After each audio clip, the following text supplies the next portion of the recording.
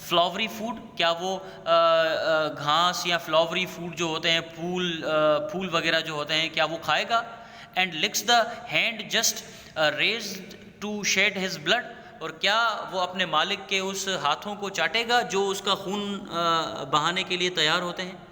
یعنی ان جانوروں کو بھی نہیں پتہ. یہاں پر ایک ایگزامپل لیمب کی دی گئی ہے، جو بھیڑ ہوتی ہے اس کا جو بچڑا ہوتا ہے اس کی ایگزامپل دی گئی ہے کہ اس کو اس بھیڑ کو اگر پتہ چل جائے کہ اس کو آج ذبح کیا جائے گا، اور وہی ہاتھ اس کو ذبح کریں گے جو اس کو چارہ دیتے ہیں، اس کو کھانا دیتے ہیں، وہی ہاتھ اس کو ذبح کریں گے، تو کیا اس کے پاس کوئی ریزن بچے گا؟ کیا وہ آگے کھیلے گا، کودے گا؟ بالکل بھی نہیں. ٹھیک ہے، تو اسی لیے خدا نے ہم سب سے ہمارا جو فیوچر ہے، جو مستقبل ہے، وہ چھپا رکھا ہے. Okay, come to the next point. Stanza number 3. O blindness to the future kind given.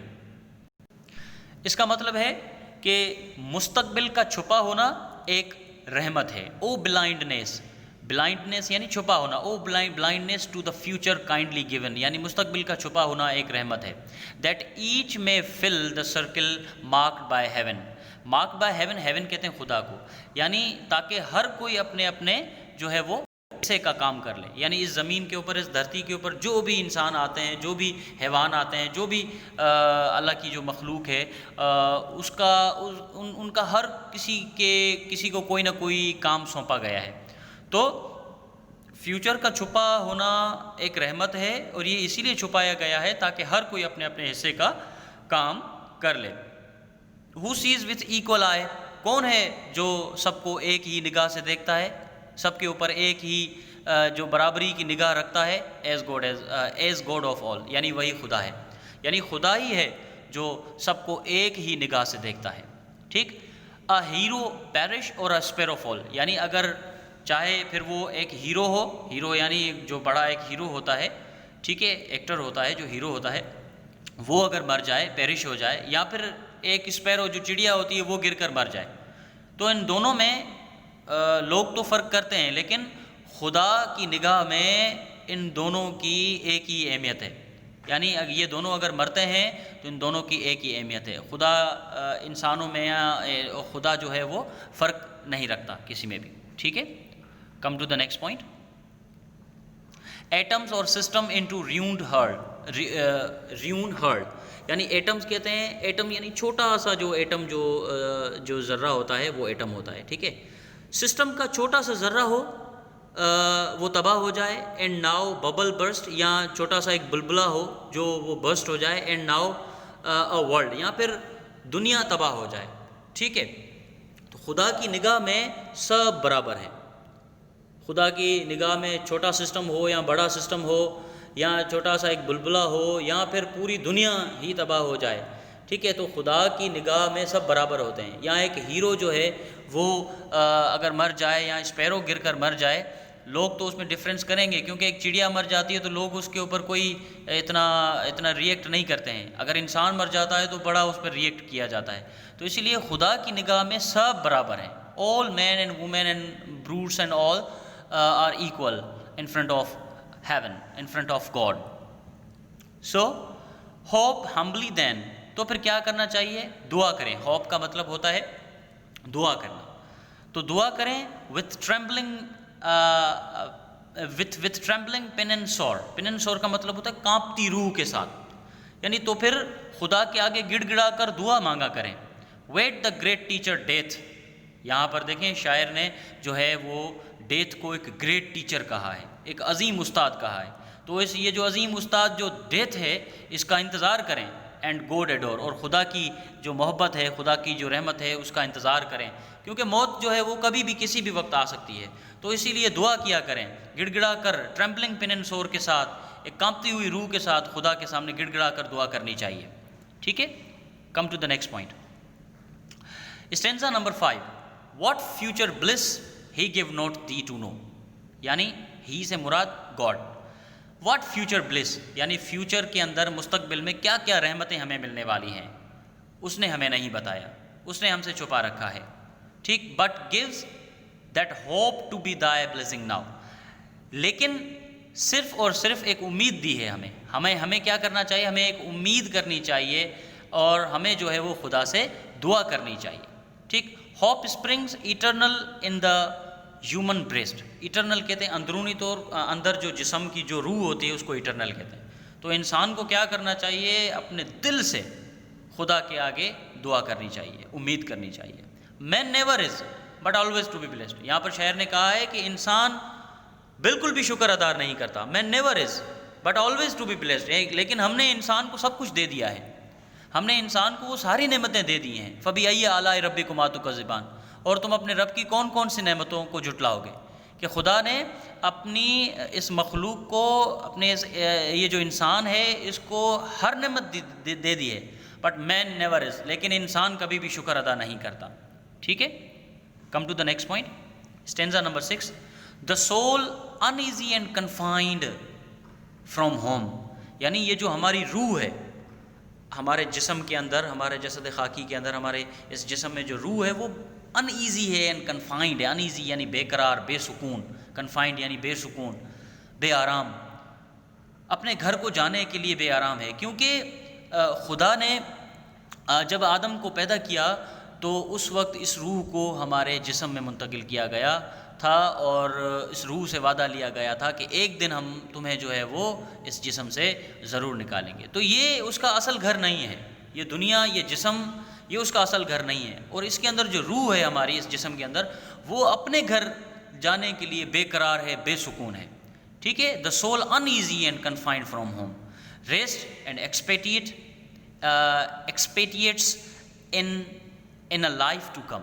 یعنی تو ہمیں کیا کرنا چاہیے؟ ہمیں صرف انتظار کرنا چاہیے, آرام کرنا چاہیے, امید کرنا چاہیے. Just wait and watch what will happen in the world, what will happen in the future. ہمیں صرف انتظار کرنا چاہیے, ہمیں آرام کرنا چاہیے, ہمیں دعا کرنی چاہیے خدا کے آگے کہ ہماری زندگی میں جو بھی آئے گا, بلیسنگز ہوں یا جو بھی ہوں, جو بھی چیزیں ہوں, جو بھی ہرڈلز ہوں, ہمیں اس کا انتظار کرنا چاہیے اور خدا کے آگے شکر ادا کرنا چاہیے اس کا, اور خدا سے دعا مانگنی چاہیے. ٹھیک ہے. So guys, here is your assignment work that you have to do at your home.